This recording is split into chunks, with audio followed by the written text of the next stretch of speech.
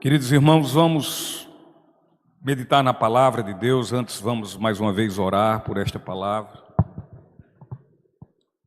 e pela minha vida.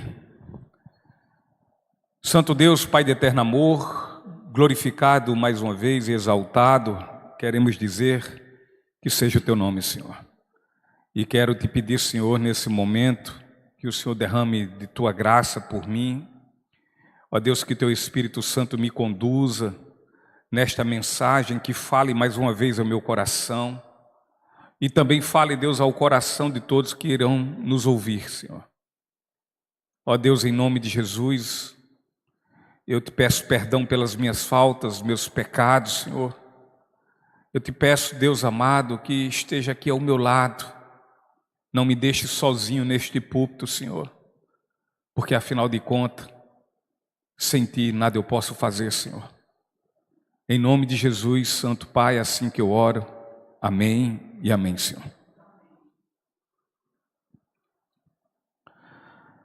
Queridos irmãos, o título da nossa mensagem é: O discípulo nega seu mestre. E o texto que nós vamos ler encontra-se em Mateus 26, do versículo 69 ao 75. E o texto do Evangelho em Mateus diz assim: Enquanto isso, Pedro estava sentado do lado de fora no pátio. Uma criada foi até ele e disse: Você é um dos que estavam com Jesus o Galileu. Mas Pedro o negou diante de todos. Não sei do que você está falando, disse. Mais tarde, junto ao portão, outra criada o viu e disse aos que estavam ali: Este homem estava com Jesus de Nazaré. Novamente Pedro o negou, dessa vez com juramento: Nem mesmo conheço esse homem, disse ele. Pouco depois, alguns dos outros ali presentes vieram a Pedro e disseram: Você deve ser um deles, percebemos pelo seu sotaque galileu. Pedro jurou: Que eu seja amaldiçoado se estiver mentindo. Não conheço esse homem. Imediatamente o galo cantou. Então Pedro se lembrou, das palavras de Jesus: Antes que o galo cante, você me negará 3 vezes. E saiu dali chorando amargamente.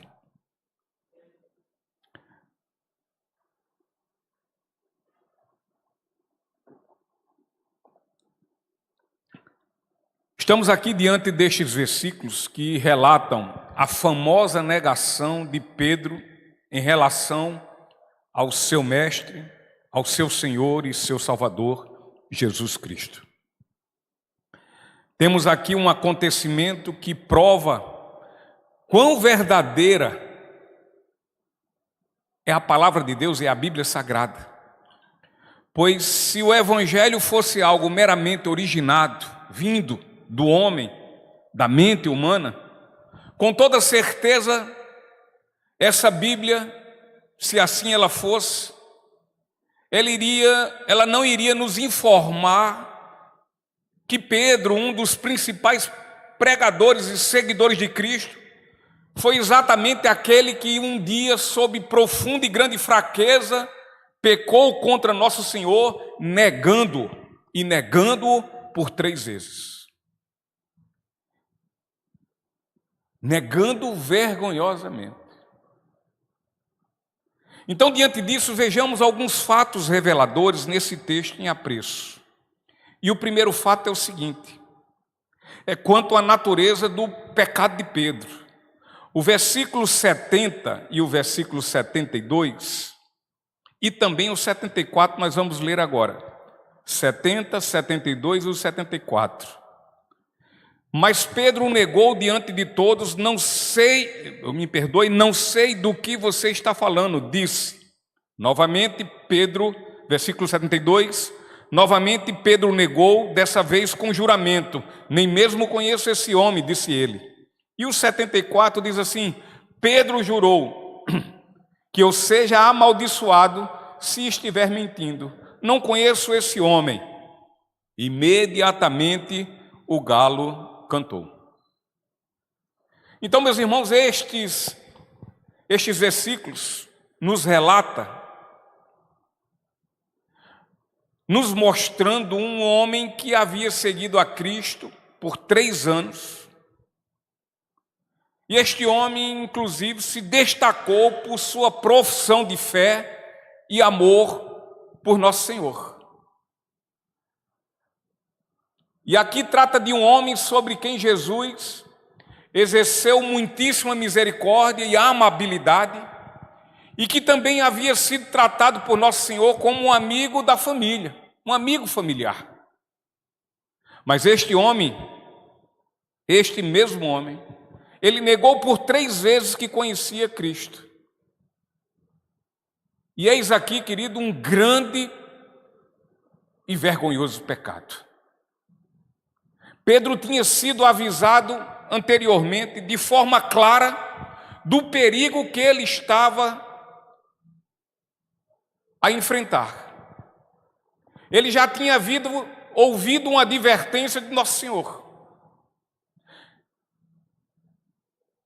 E não tinha passado muito tempo em que Pedro havia recebido o pão e vinho das mãos dele, de Jesus. E ao mesmo tempo também não tinha muito tempo que Pedro havia declarado em alto e bom som que, ainda que tivesse que morrer ao lado de Jesus, jamais o negaria. E, queridos, isso também foi algo muito mau. Foi algo muito vergonhoso.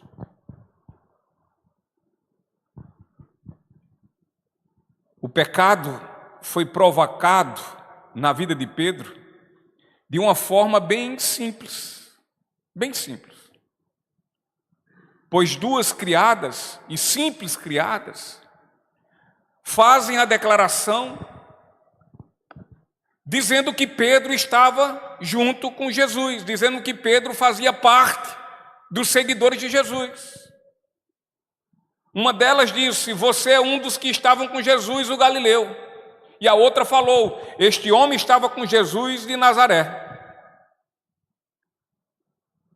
E olha, nesse momento em que essas coisas acontecem, não há nenhuma indicação que Pedro estava aqui sob algum tipo de ameaça, com alguém com os porretes na mão, a querer bater nele, ou ameaçando bater, pelo fato daquelas criadas dizerem que ele fazia parte do grupo de Jesus. Aqui não demonstra aqui que ele estava sob ameaça e sob violência. No entanto, a afirmação e a denúncia daquelas mulheres, somente isso bastou, isso foi suficiente para Pedro derreter a sua fé completa. Para que nesse momento a sua fé pudesse ser completamente derrotada. Queridos, aquele discípulo, a princípio, um discípulo tão ousado e corajoso, um discípulo tão destemido, agora ele se encontrava completamente amedrontado e acovardado, negando o seu mestre e Senhor diante de todos. E o pior, ele não somente nega nosso Senhor Jesus Cristo, mas ele nega com juramento e nega também praguejando. O texto diz assim que novamente Pedro negou, dessa vez com juramento. E o texto também diz mais, que Pedro fala que eu seja amaldiçoado se eu estiver mentindo. Não conheço esse homem. Então, queridos, quão terrivelmente humilhante foi essa cena. Agora, que jamais venhamos esquecer esse acontecimento na vida de Pedro.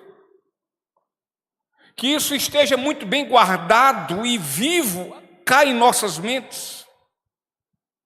E assim nós tenhamos por certo e bem claro que os melhores, que os mais comprometidos, que os mais corajosos e ousados cristãos, na verdade não passam de homens cheios de muitas fraquezas. Vermezinho de Jacó, cristalzinho. Uma pessoa, queridos, pode se converter ao Senhor. Uma pessoa pode ter fé. Uma pessoa pode ter confiança, esperança e muito amor por Ele.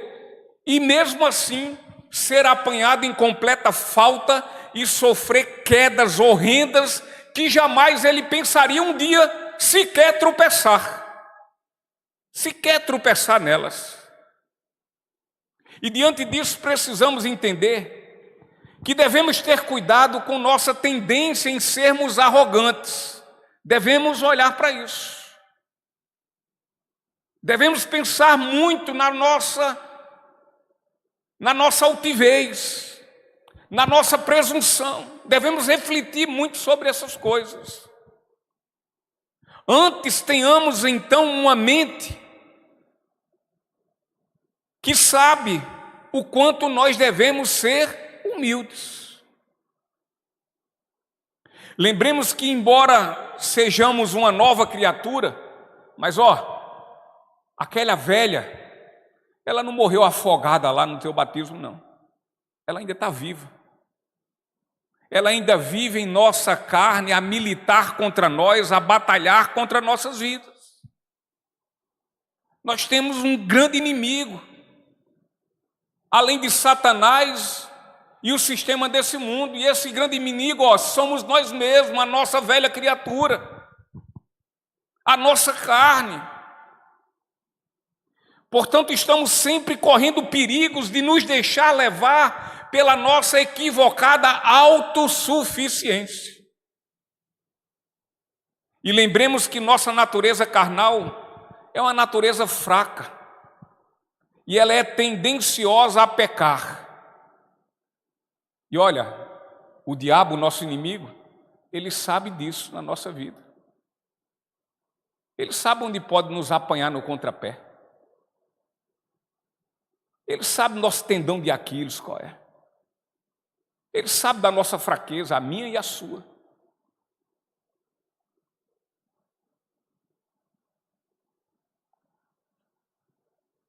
E por ele saber disso, ele está sempre na expectativa de nos abater exatamente naquilo que nós somos fortes? Não, naquilo que nós somos fracos.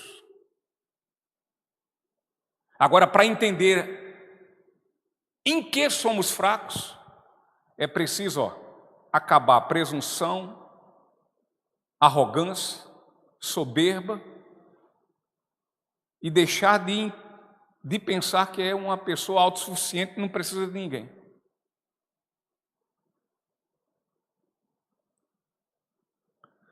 Que venhamos tirar de nossa mente o pensamento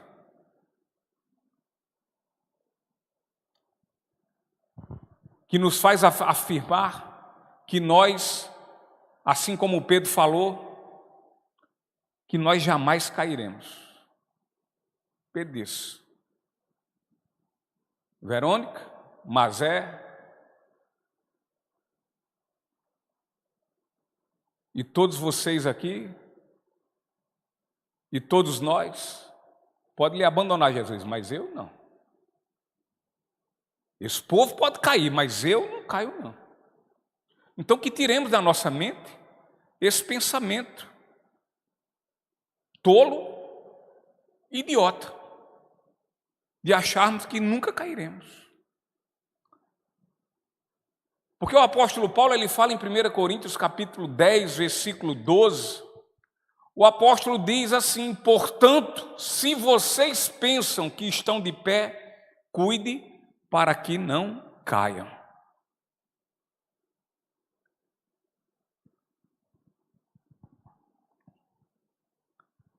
Então tudo isso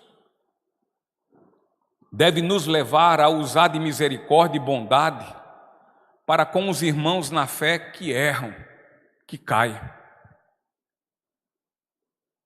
Não devemos julgar irmãos reprovando-os, como se eles nunca foram convertidos pelo fato de ali ou acolá, ou seja, de forma ocasional, tropeçam por seus vacilos.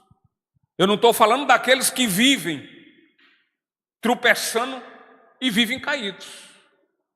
Aí é outra história. Mas não podemos, no fato de um irmão cair e ter feito uma grande asneira, e por isso olharmos para ele e dizer: esse não é convertido. Esse é um homem que está reprovado, esta é uma mulher reprovada. Gálatas capítulo 6, versículo 1. O apóstolo Paulo diz: irmãos, se alguém for vencido por algum pecado, vocês que são guiados pelo Espírito devem, com mansidão, ajudá-lo a voltar ao caminho certo. E Paulo ainda diz assim: e cada um cuide para não ser tentado. Ajuda o irmão e agora continue abrindo o olho na sua vida. Porque quem sabe o próximo é você.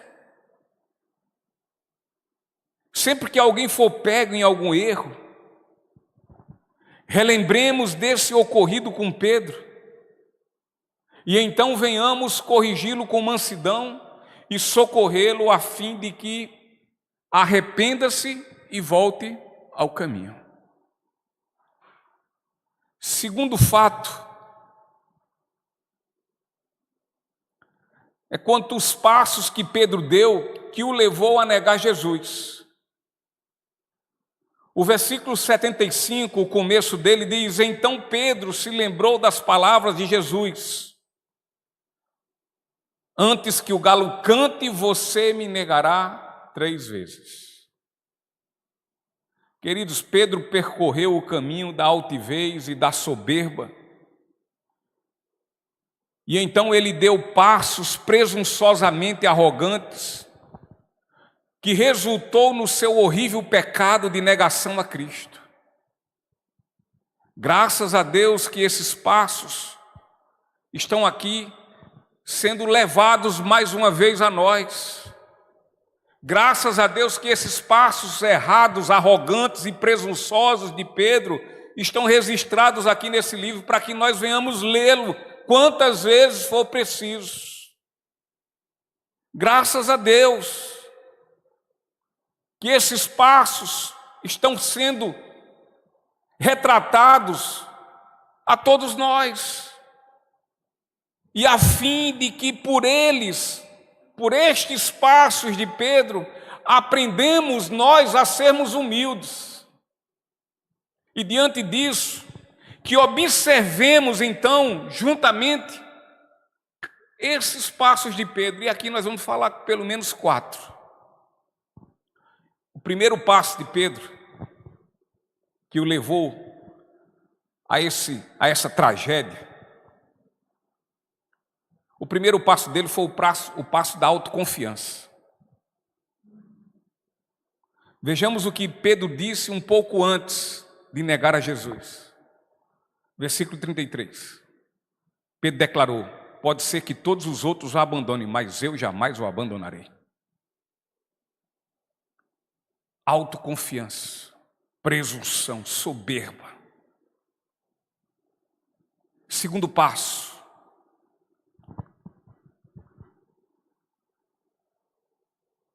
O segundo passo, esse passo, foi o passo da indolência, o passo da insensibilidade, o passo da indiferença. Talvez a gente esteja escutando essa palavra hoje à noite, e está entrando aqui, saindo aqui, e não está me afetando em nada,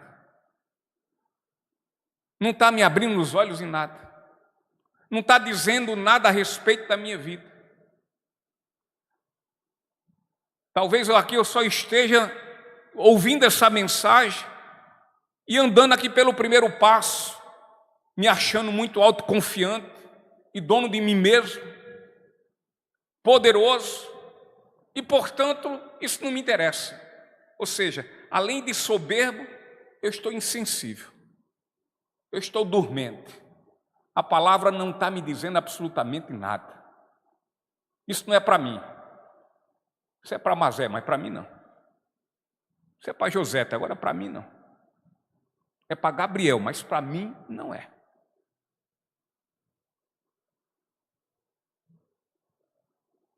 Então Pedro foi insensível, indiferente.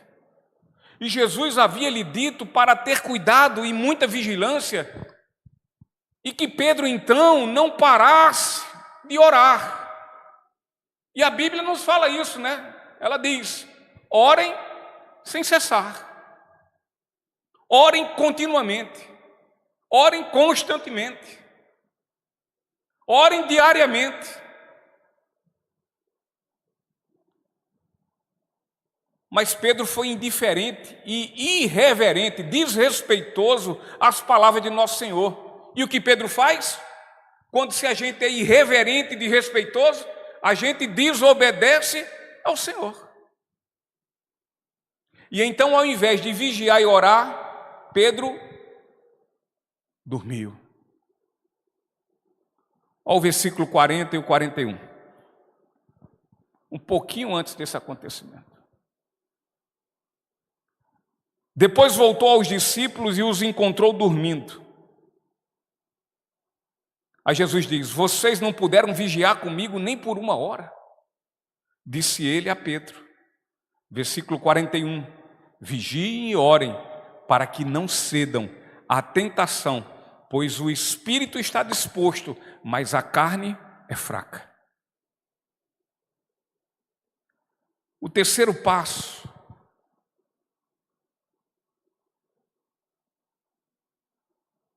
Esse passo diz a respeito do acovardamento de Pedro, quão ele foi covarde. Versículos 56 e também o 58. Mas tudo isto está acontecendo para que se cumpram as palavras dos profetas registradas nas Escrituras. Nesse momento, todos os discípulos o abandonaram e fugiram. Versículo 58. Enquanto isso, Pedro seguia Jesus de longe até chegar ao pátio do sumo sacerdote, entrou ali e sentou-se com os guardas e esperou para ver o que aconteceria. Então Pedro, ao invés de ficar ao lado de Jesus, não foi assim que ele disse? Ainda que enfrentasse a morte. Ele falou assim. Então, ao invés dele ficar ao lado de Jesus, como tinha dito presunçosamente, que ficaria ao seu lado em todo momento, em todo instante, ainda que eu tenha que morrer. Mas o que é que Pedro faz? Pedro primeiro abandona o Senhor, corre, como um calça frouxa, como um covarde.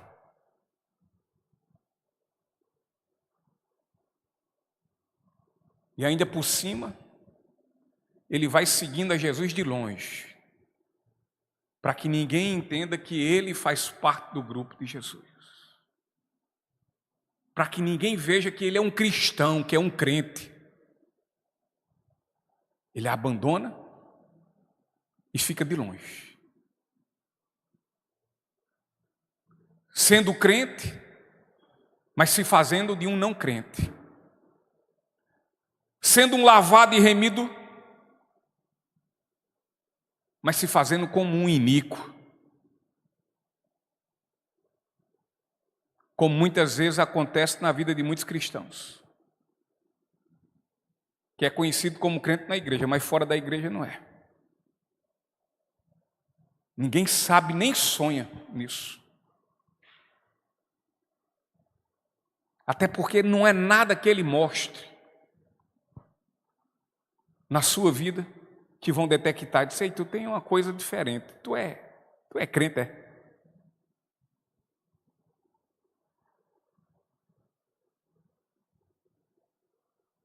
Então Pedro covardemente abandona e vai seguindo de longe.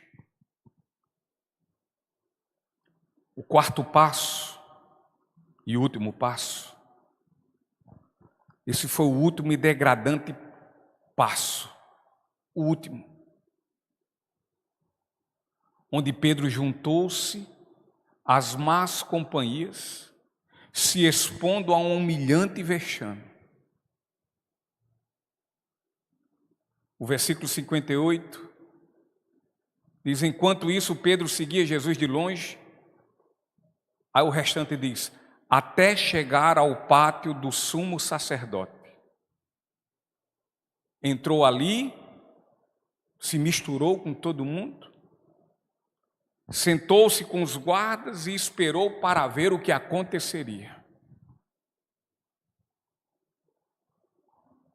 Pedro foi ao pátio do sumo sacerdote e lá sentou-se no meio dos guardas como se ele fosse um deles, como se ele fizesse parte da patota que queria matar Jesus, que perseguia Jesus.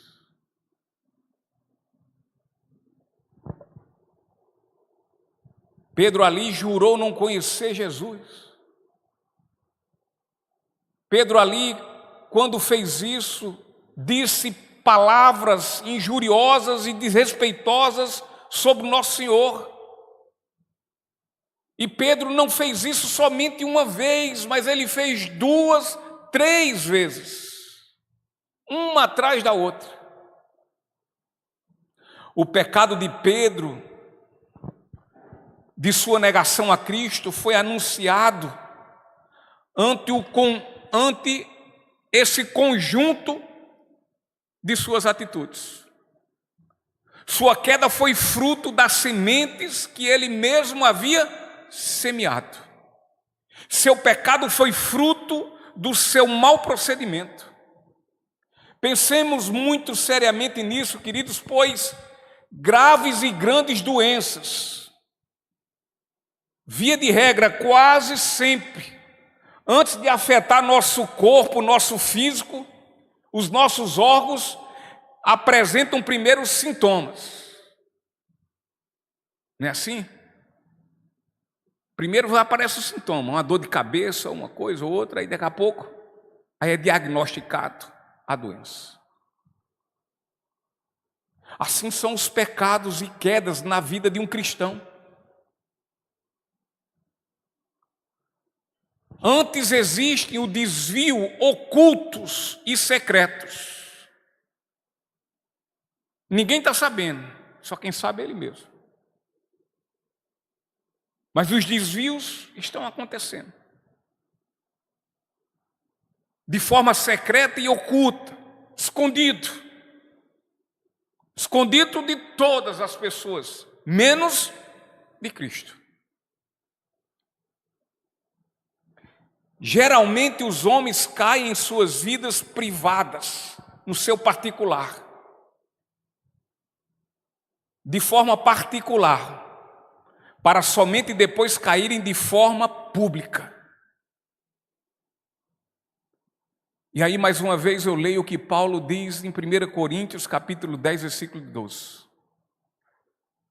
Portanto, se vocês pensam que estão de pé, cuide para que não caiam. Uma árvore cai e tomba, e ela causa muitos estragos por vezes. E ela acontece isso assim, de uma hora para outra? Não. Se nós fôssemos analisar o seu caule, o seu tronco, as suas raízes, as raízes já estão podres. O seu caule, o seu miolo também já não existe mais. Houve um apodrecimento interno e secreto, ninguém estava vendo. E aí só vai se perceber isso no momento da queda daquela árvore. E muitas vezes isso são nossas vidas. Está tudo no escondido. E nós estamos achando que somos aqueles que não caem. E mais uma vez, Paulo, quando fala isso aqui, Já disse por várias vezes aqui na igreja, quando Paulo diz, aquele que pensa que está em pé, cuide para que não caia. Paulo está dizendo o seguinte, se você está pensando que está em pé, é porque você já caiu. Você já está no chão. Se é assim presunçosamente que você pensa a respeito, que nós pensamos a respeito de nós mesmos, é sinal que nós já estamos caídos. E o terceiro e último fato, neste texto, é quanto à grande tristeza causada pelo pecado de Pedro em sua alma. O versículo 75 diz assim, então Pedro se lembrou das palavras de Jesus, antes que o galo cante, você me negará 3 vezes. E o foco aqui são essas últimas palavras. E saiu dali chorando amargamente. Estas últimas palavras desse capítulo devem ser observadas por todos nós com muitíssimo cuidado e bastante atenção. Há muitas e muitas pessoas que sabem toda a história grave do pecado e da queda de Pedro. Todo mundo sabe. Ou a grande maior parte sabe. Que Pedro negou a Jesus e negou 3 vezes.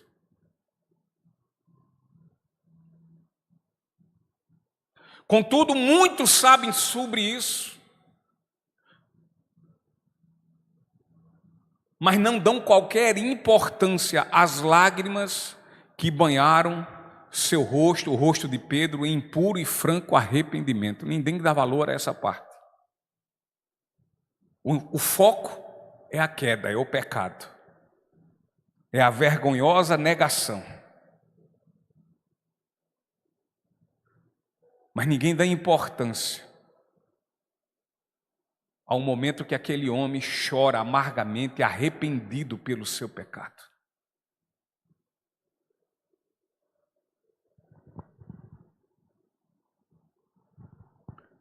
Que nesse momento todos nós possamos ter olhos bem abertos, não somente para ver as lágrimas de Pedro,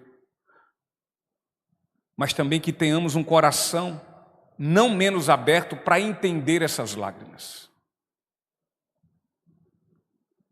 Nas lágrimas de Pedro, enxergamos ali a íntima relação entre o distanciamento de Deus e a infelicidade como seu resultado. Quanto mais se distancia de Deus, mais incorre ao risco de viver momentos de infelicidade na vida. Nós fomos salvos, nós fomos a Cristo, e Cristo, em primeiro lugar, veio a nós, para que nós venhamos andar com Cristo. Ele diz, venham a mim vocês que estão cansados e sobrecarregados. Ele diz, eu aliviarei toda a carga de culpa de sobre vocês. A tristeza que você sente, eu lhe darei alegria. Mas é preciso vir a Cristo, é preciso andar com Ele. É preciso caminhar com Ele. É preciso ter uma vida de discipulado com Ele, é preciso estar ouvindo a Jesus Cristo. Porque uma vida cristã inconstante e inconsistente, que vive com o coração e a consciência pesados e perturbados, que andam por meio de uma esperança duvidosa, esse tipo de vida cristã terá sempre como resultado uma fé trôpega, uma fé manca, uma fé cambaleante, uma fé que não vive a esperança que deveria estar vivendo, uma fé que não passa na sua mente a consciência de um Deus que é fiel e que com Ele você pode contar. Mas é preciso caminhar com Ele, é preciso estar junto dEle.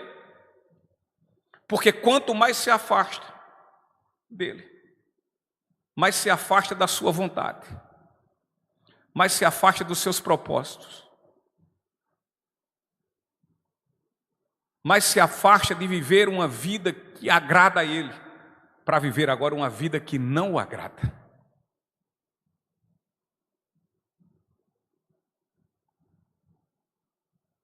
Talvez muitos escutando essas palavras possam dizer: ah, pastor, eu não bebo nem fumo. Não, mas não é só isso. Eu não mato ninguém, eu trabalho, eu sou honesto. Não, não é isso.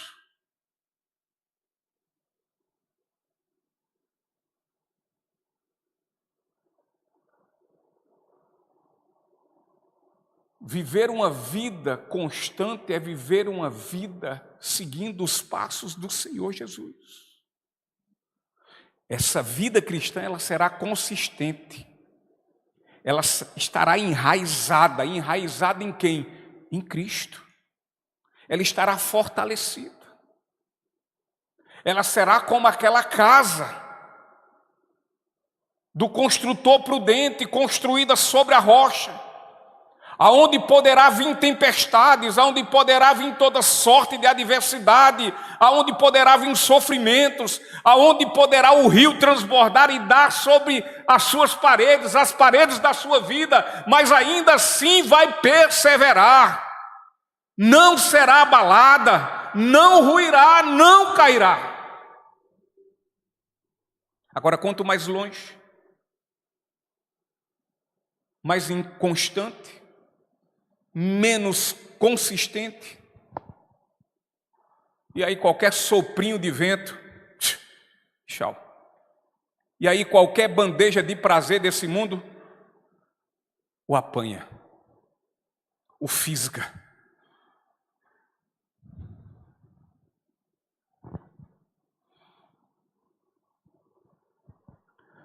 Provérbios capítulo 14, versículo 14, diz assim: o desleal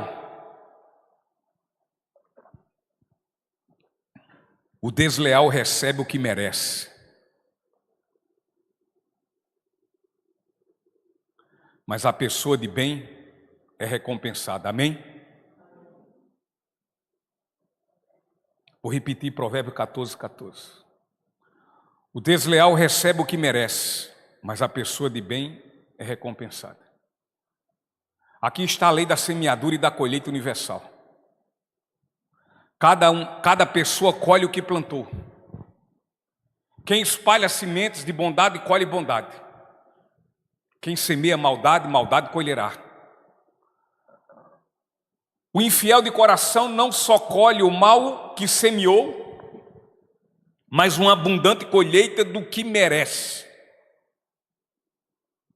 Diferente é uma pessoa de bem, pois ela é recompensada pelo seu bom procedimento.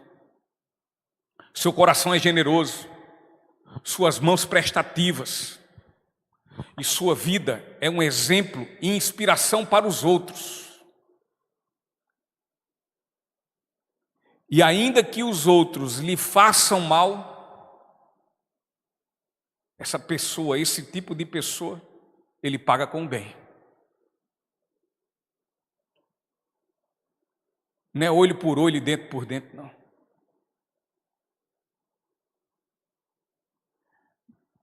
Esse tipo de pessoa, mesmo que seja injustiçada, mas ela perdoa. A pessoa de bem é abençoadora. E a recompensa dela não vem da terra e tampouco das outras pessoas. Mas a recompensa dela, sabe de onde vem? Do céu, das mãos de Deus. Porque se a gente for pensar em fazer o bem às outras, esperando o troco, na mesma moeda, a gente vai terminar parando. E as pessoas também vão terminar parando de fazer com a gente. É via de mão dupla. Mas quando fazemos sem estar pensando nisso, mas pensando sem estar pensando no que as pessoas veem e acham, mas pensando no que Deus está vendo e o que Ele pensa a nosso respeito. A ideia aqui é saber que nós seremos recompensados pelo Senhor, pelas suas mãos santas.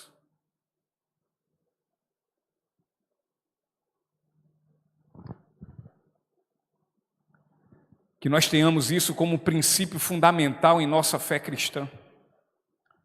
Assim, se verdadeiramente amamos a paz em nosso ser interior, se é isso que nós queremos, paz, quem não quer paz?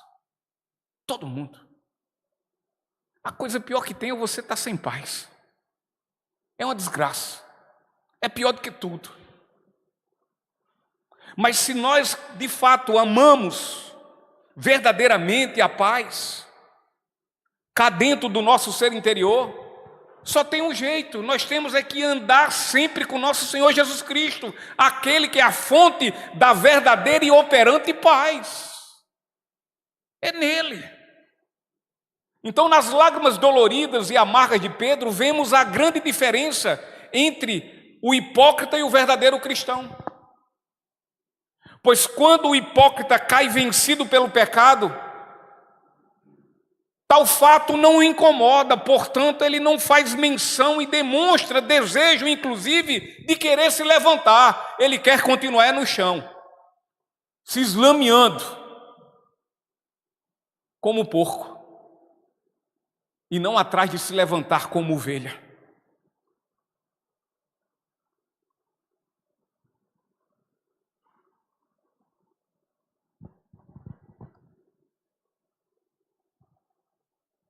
Na vida de um hipócrita, não existem princípios que possam motivá-lo a se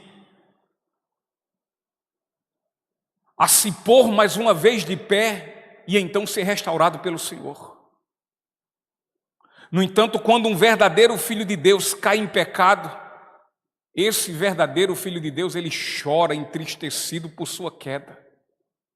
E ele não somente chora, mas ele clama pela mão de graça do Senhor da sua vida, para que este possa pô-lo de pé. Queridos, o verdadeiro Filho de Deus, uma vez que cai mediante um sincero e real arrependimento, e pela graça e misericórdia de Deus, ele é restaurado e também corrige sua vida, corrige seus erros. Que de fato,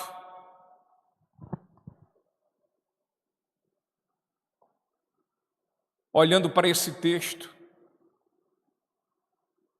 vendo aqui sobre Pedro pecando, e não somente Pedro, podemos também ir lá para trás, lá no Antigo Testamento, e olhar para a vida de Davi. Podemos olhar aqui 2 homens de Deus que pecaram feio. Pedro e Davi.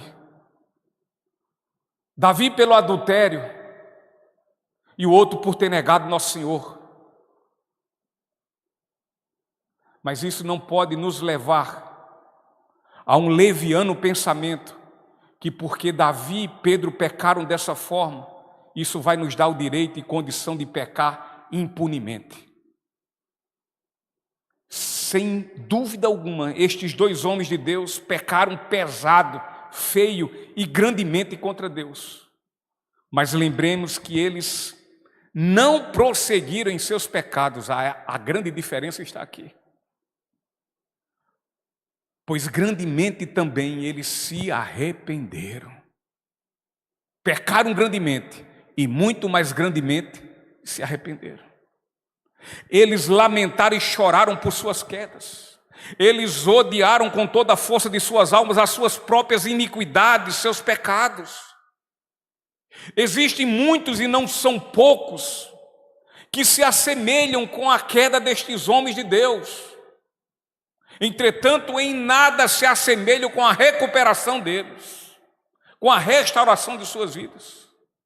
Muitos, assim como Davi e Pedro, caíram no pecado, no entanto, não se arrependeram como ele.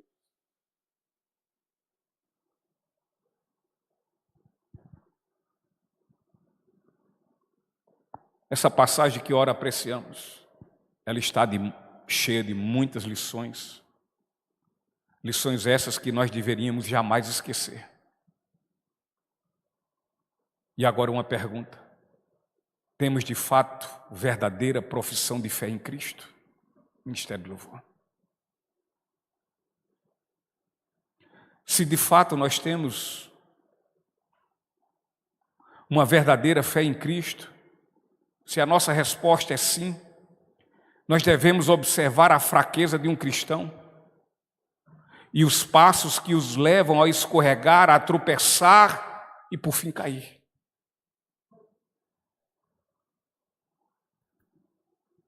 E hoje foi nos passado todas essas lições. A outra pergunta: temos de forma triste e lamentável nos desviado e abandonado o nosso primeiro amor? Aquele amor sedento pelo Senhor. Aquele amor que nos faz a todo momento falar e ali acolá, quando menos esperamos, é Jesus, falando de Jesus, é Jesus, Jesus, Jesus.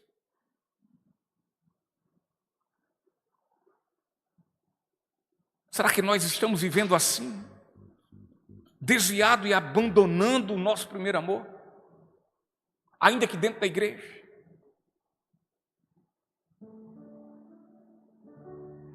Se a nossa resposta é sim, eu quero lembrar e me fazer lembrar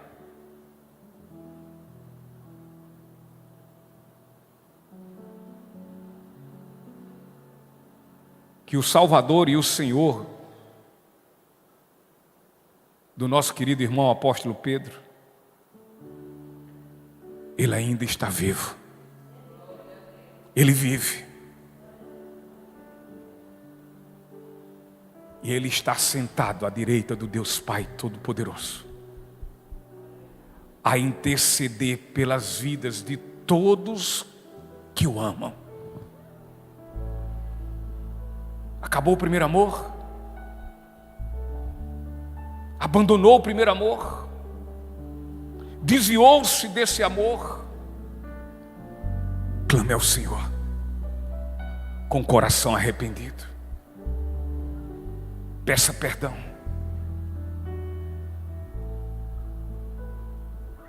Peça restauração. Peça para que Ele lhe levante do seu local de abatimento e de queda.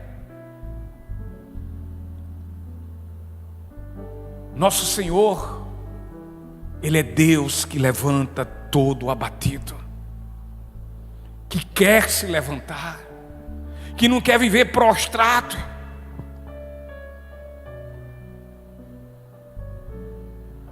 Lembremos que se Jesus é de fato nosso Senhor e Salvador, há para nós esperança de misericórdia. Se é que de fato desejamos um sincero arrependimento. Se é que de fato desejamos nos arrepender verdadeiramente.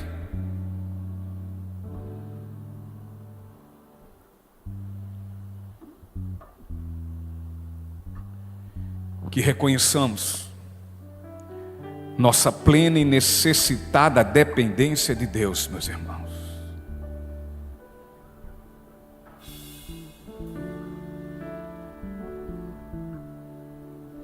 Se tem que uma coisa que um crente tem que ser, é dependente de Deus. Dependência resume-se a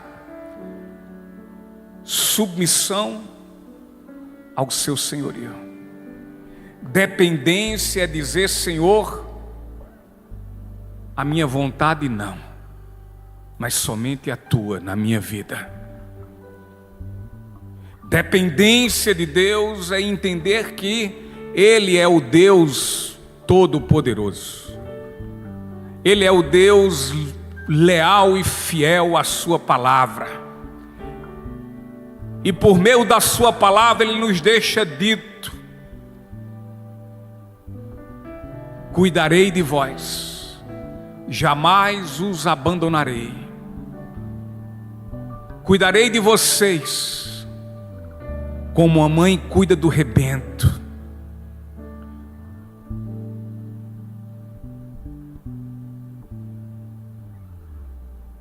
E ainda que sua mãe venha te abandonar, o Senhor que é fiel, Ele diz: eu jamais te abandonarei. Precisamos é viver na sua dependência. Está triste? Se prostre diante do Senhor. Está preocupado? Se prostre diante do Senhor. Leve a Ele suas preocupações e seus medos.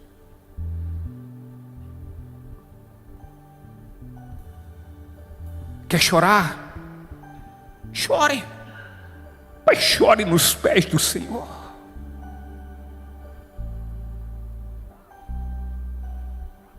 Ele sabe o sentido do seu choro e das suas lágrimas. Ele sabe mais do que ninguém, muito mais até do que eu e do que você. Cada lágrima vertida, Ele sabe o significado dela.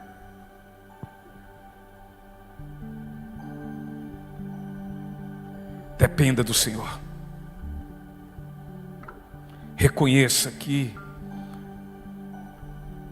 como um cristão, como uma cristã, nós devemos viver a nossa vida na plena dependência dEle, pela certeza que somos necessitados dEle.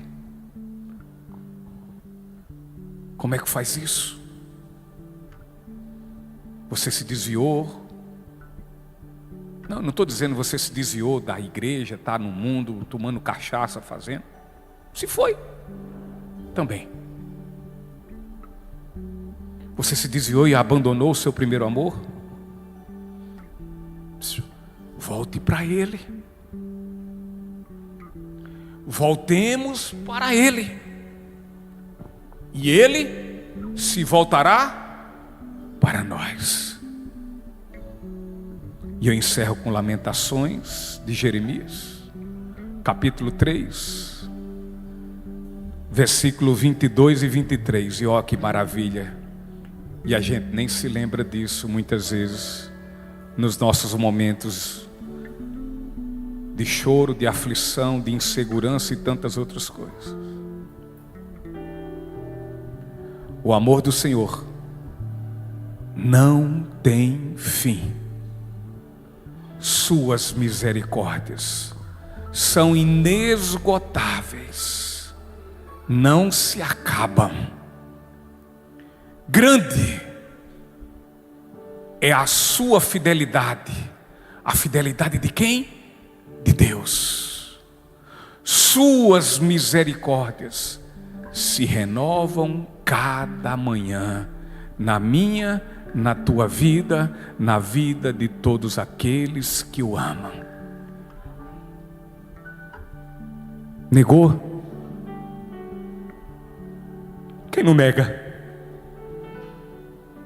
Somente não tenha prazer e felicidade nisso, porque algo vai estar muito errado na sua e na minha vida.